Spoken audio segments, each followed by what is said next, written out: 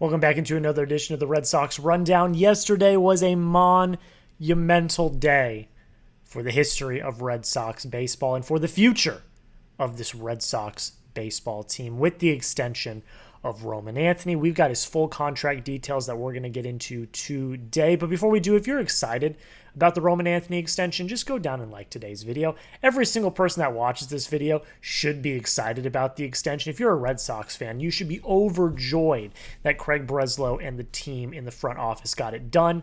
So show them some love. Like today's video, show that you are excited about the Roman Anthony extension. So Roman Anthony yesterday signed an 8-year, $130 million deal with escalators to get it up to $230 million.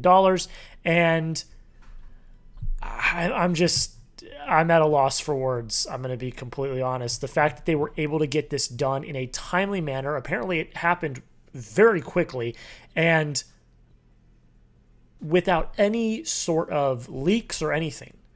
This nobody knew that this was happening. This was a huge shock. And for them to lock him down for the next 8, potentially 9 years, almost an entire decade, is absolutely crazy. It is absolutely awesome. So they did have the press conference yesterday. Roman Anthony, Craig Breslow, John Henry was there. Everyone was there. And there's one quote from Roman Anthony in particular that I'm going to mention that I really liked. And this is from Anthony talking about his extension. He said, "I wanted to be in Boston. Winning in Boston is different. I haven't won anything yet, but for me, over these last 2 months, the baseball we're playing, the fans, the way they show up every night, it's amazing." And then when someone asked him about, why he signed the extension, he simply said, "I want to be here." If that doesn't make you want to run through a wall, I don't know what will. He is going to be the cornerstone of your franchise for the next decade plus. He could go down if it all goes to plan. This is all speculation. If it all goes to plan, he could go down as one of the best players in the history of your franchise. I'm telling you, he's got the potential. Now, of course, it's all potential. We're all just forecasting, but if he lives up to the hype, he could be very, very special. And he's already shown it. He's already played very well this year. He has been one of the catalysts of this hot streak that you've been on. And for you to lock him down for the next 9 years, while you've also got Garrett Crochet locked down, you've got Christian Campbell locked down, you've got Ceddanne Rafaela locked down, Brian Bayo locked down, you've got a really solid young core that is locked down for almost the next decade. It's a complicated extension. Like we said in yesterday's video, if you've not watched that, go watch it. Go watch the video. I know that it didn't really get out there. So if you have not watched the initial video, go watch it. We break it down a little more in depth. It just surpasses Corbin Carroll's extension that he signed in 2023. And there's a lot of complicated escalators that go into this. So Chris Cotillo, has as good of a breakdown as I think you're going to find.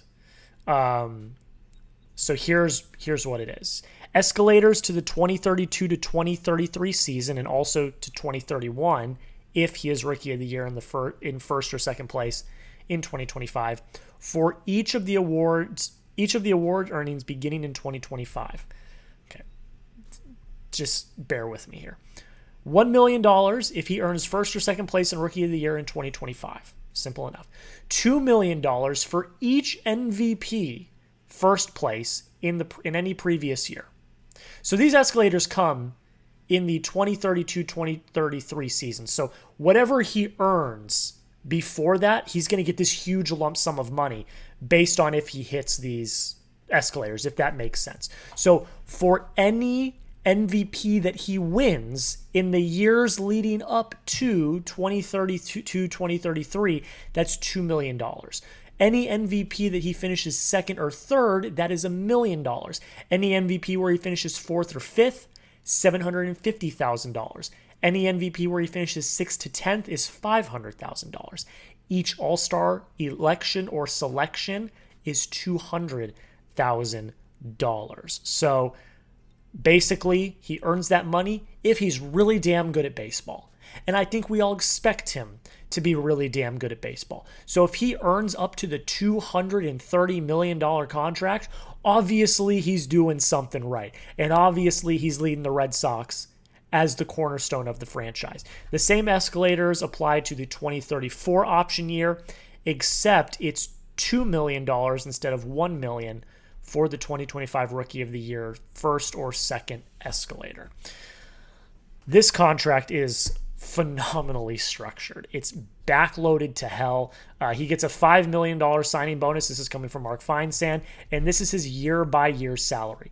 Next year, you are paying Roman Anthony $2 million. 2027, $4 million. 2028, $8 million. You're paying Roman Anthony $8 million in 2028. Seriously? That's crazy. Then it starts to get a little more drastic. 2029, $15 million. 2030, $19 million. 31 is $23 million. 32, $25 million. 33, $29 million. And then the $30 million option for 2034. I said it in the video yesterday, and I'm going to echo what I said. I think that this is a win-win for both sides. I think the Red Sox get a rather team-friendly deal on the front half, and Roman Anthony has the ability to earn more money if he plays well, which we all expect him to do. I think both come out with really great stability. Anthony's still going to make $130 million. I couldn't even imagine what I would do with $130 million. And if he plays well, which again, we all think he will, he can almost double that if he plays well. And the Red Sox, they lock down their cornerstone for almost the next decade. You grade the Roman Anthony extension for me. A, B, C, D, or F. Get down below in the comments. If you watched yesterday's video, I give it an A++++++++++++. I think it's a phenomenal deal, but you let me know. A, B, C, D, or F. Grade the Roman Anthony extension for me right now.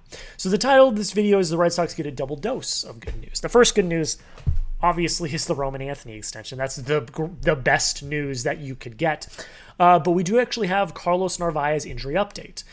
So, as you know, yesterday he did not play for concerning reasons. The game before, he seemed to get hurt. It seemed like maybe some sort of knee injury. So, Carlos Narvaez had a sore knee. That's why he didn't play yesterday. He was limping and walking pretty slowly yesterday, according to reports. Here's what Alex Cora had to say before the game. He said, actually, and Cora originally said it was a cramp the night before, but here's what Cora said yesterday before the game. He said, actually, it wasn't a cramp. It was his knee. He felt it. He felt it a little bit. He's going through testing, all that stuff. Hopefully he's available Friday. We'll stay away from him today so he can maximize tomorrow. Today, he wasn't moving great. Why, Jack, is this a double dose of good news then? You're probably asking. I'll tell you why. Because Tim Healy had an update right after the game, right before I started recording this video. Carlos Narvaez spoke to the media after the game, and he said after a round of medical tests that his knee is merely sore. No issues, no structural damage. He just has a sore knee. He expects to return to the lineup on Friday or Saturday. That's great, because if you lost him for any extended period of time, you are in trouble. Connor Wong cannot be the everyday starting catcher of this team. The depth in AAA really isn't that good either. You've got Mark Colsveri, you've got Nathan Hickey, and then one other name that is escaping me at the moment. Not great depth. And the trade deadline has passed, so you cannot trade for a backup catcher, which I said they should have done. Thankfully, it's not an issue. Thankfully, he's going to be okay. Now, this does lead to the conversation of he cannot catch every day like he has been, and I don't think they are planning on catching him basically every day like he has been. Get ready, folks. We're going to see a lot more Connor Wong in the lineup, and he's played a little better as of late. Not, phenomenal, not a world beater at all, but better. But yeah, this was definitely a scary moment. I don't know if I would have been able to live with myself while we're on this hot streak with Connor Wong in the lineup every single day. But thankfully, it's just a sore knee. He should be ready for this weekend. Are you worried about Carlos Narvaez? Y for yes, N for no. I'm going to say no. I'm like in the middle. I'm a tiny bit worried because the workload. He's never gone this long in a season before catching. So the workload does concern me. But if he's fine and they're treating him correctly, I'm not completely worried. But you let me know. Type Y for yes, type N for no. Are you worried about Carlos Narvaez? We're going to talk about the game here in a second, but make sure you hit that subscribe button. Like I said, I believe we had a video out on the Roman Anthony extension less than an hour after the news broke. I had a short out within 10 minutes. That's the commitment you guys are going to get on this channel. Daily Red Sox news, rumors, everything under the sun. And when breaking news hits, we are going to make a video. So hit that subscribe button if you've not already. We are so close to our next goal of 5,000 subscribers. We got watch parties coming, guys, as they push for the division, as they hopefully, fingers crossed, knock on wood, make the playoffs. We're going to have watch parties. So don't miss out. It's going to be a lot of fun. Hit that subscribe button, join the family, and get the best Red Sox coverage on the internet. All right. Red Sox lose 7-3. 7-game win streak is snapped. You did not sweep the Kansas City Royals. Said it in my short last night. I'm going to say it again. You're not going to win every game.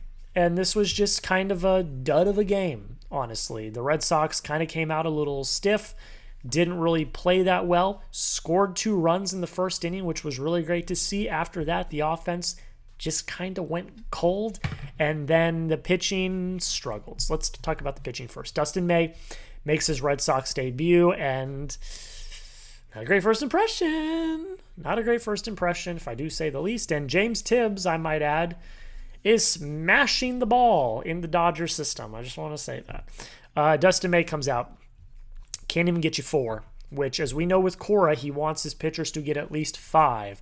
He goes 3 2/3, 6 hits, 1 walk, 3 runs, 4 Ks. His pitch count got high very, very quickly. 91 pitches and 3 2/3 innings.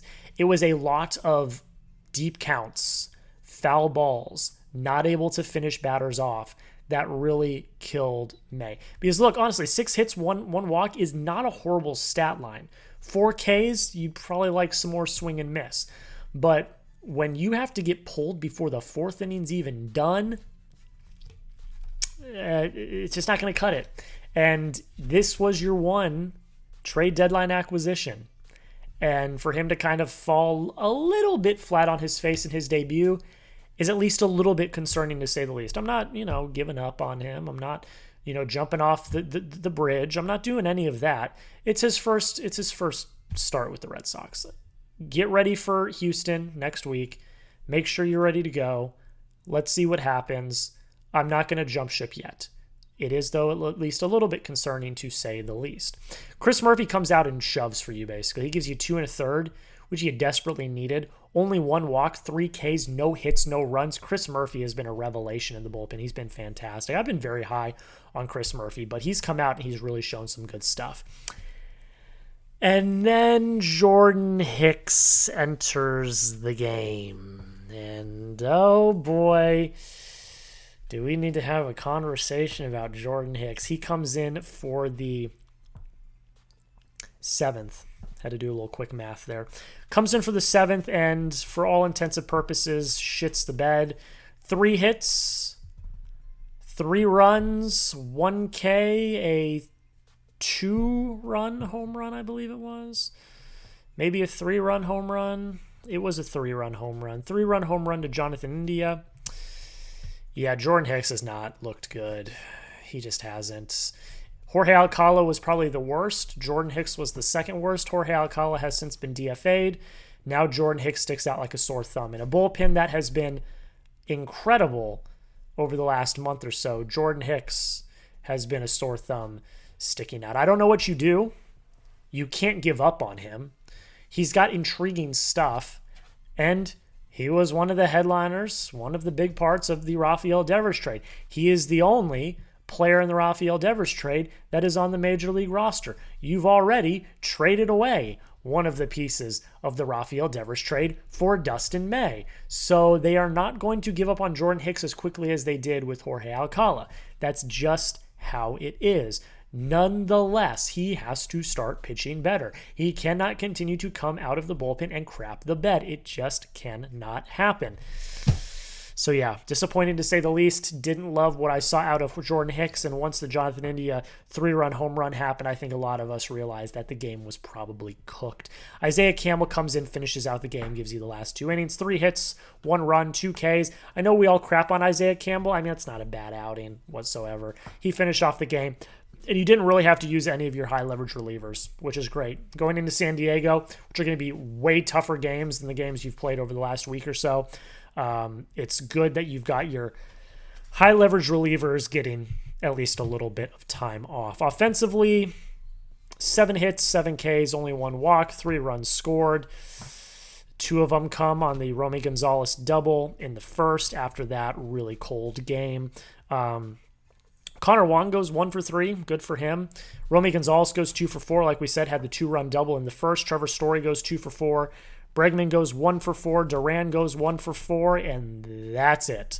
Roman Anthony goes 0 for 4. Abreu goes 0 for 3 with a walk. Yoshida goes 0 for 4. Rafaela goes 0 for 3. Just a really unserious lineup if I'm looking at it from top to bottom. Yeah, Yoshida is just not cutting it. Abreu's been better, but has struggled. Anthony, I'm not worried about. Rafaela, not really worried about either. But at the end of the day, you couldn't pull it out. Michael Wacha pitched a really good game. It happens. Losses like these happen. At the end of the day, it is what it is. You're not going to win every game. It's a long 162 season. All right, standings check, ladies and gentlemen. So you lost. Not great. So let's look at the standings. We'll look at the scores first, then we'll talk about the standings. We got to look at the Guardians, too, because they are surging as well. They are definitely in the wild card race. Astros lose 6-4 against the Marlins. You play them next week. The Rays win 5-4 over the Angels. Both those teams are pretty much out of it, but at the same time, it is what it is. The Blue Jays absolutely destroy the Colorado Rockies 20-1. So you are now 4 games back in the AL East. That's okay. A lot of time to make up ground. The Yankees finally win a game. They beat the Rangers 3-2, which is actually probably favorable. The Rangers, they don't gain any ground on you on a day that you lose. The Twins and Tigers are both non-factors here. The Guardians win 4-1. They are in the race, which is something to keep an eye out for. And then the only active game at the time of recording this is the Mariners and White Sox. The Mariners are up 7-2 on the White Sox, so they're going to win that game. So, standings watch. Here's how it stands. You are 2.5 games up on the New York Yankees, both in the wild card and the division. With the Blue Jays winning today and you losing, you are 4 games back on the Blue Jays in the AL East. But as I said, a lot of ball games left to be played, so there's still plenty of time to make up that ground. You sit 2.5 games up in the wild card. You are still in the top wild card spot. The Mariners are 2 games back of you. The Yankees are 2.5 games back of you. The Guardians and Rangers are both 1.5 games back of the Yankees for that wild card spot. After that, the Royals are 4 games back. Tampa Bay's 4.5. I think they're both kind of out of reach at the end of the day. So you're still in a favorable position. You head to San Diego to face AJ Preller and the San Diego Padres, and then you head to Houston to face the Astros. That's a tough 6 games. I think they've got a good shot of winning some of those games, but you cannot lose ground. You just swept the Astros, which is great, but you did it at Fenway. Fenway, you've played really well this year. On the road, not as much. So we'll see over this next 6 games how they do, if they can continue to keep the momentum. And if they do, then we're sitting pretty headed into the middle of August into September. That's it, guys. Predict the Red Sox record against the Padres. It is going to be Walker Buehler, Lucas Giolito, Brian Bayo are your starters. I don't know. Do we have starters yet for San Diego? It will be Walker Buehler versus Red Sox legend Nick Pivetta.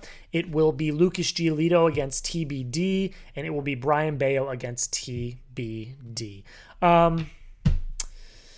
This is tough. I'm going to be a little pessimistic here. I'm going to say the Red Sox win 1 out of 3. The Padres are a really good team. There's just no doubt about it. And you're a good team too, but going on the road in a hostile environment, you might see Darvish, you might see Cease. You don't know who those TBDs are going to be. And Nick Pivetta's pitched really well this year. So I'm going to go 1 out of 3, but you let me know. Predict the Red Sox record against the Padres. Make sure you hit that subscribe button. Help us get to 5,000 subscribers as soon as possible. Thank you all so much for watching. And until next time, go Sox.